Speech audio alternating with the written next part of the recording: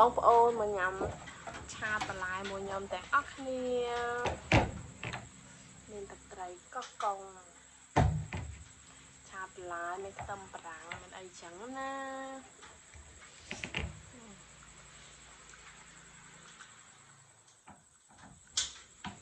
bây giờ đau được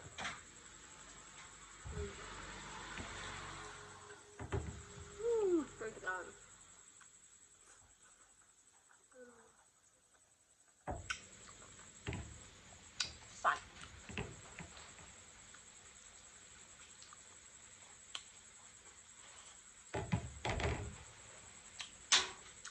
rằng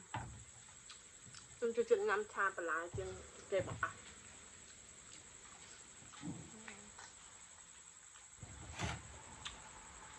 một cái đau hơi hơi như con tiêu tí đó như con tiêu rộp một món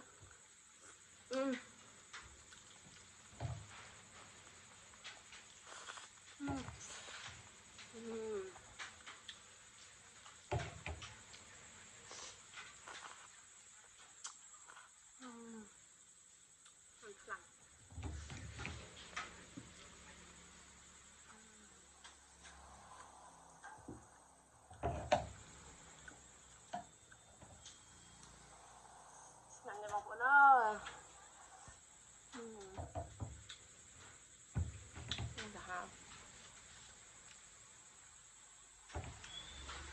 anh nếp sạch anh tròn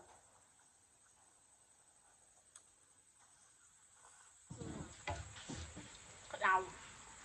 tầm lực cái đàn mấy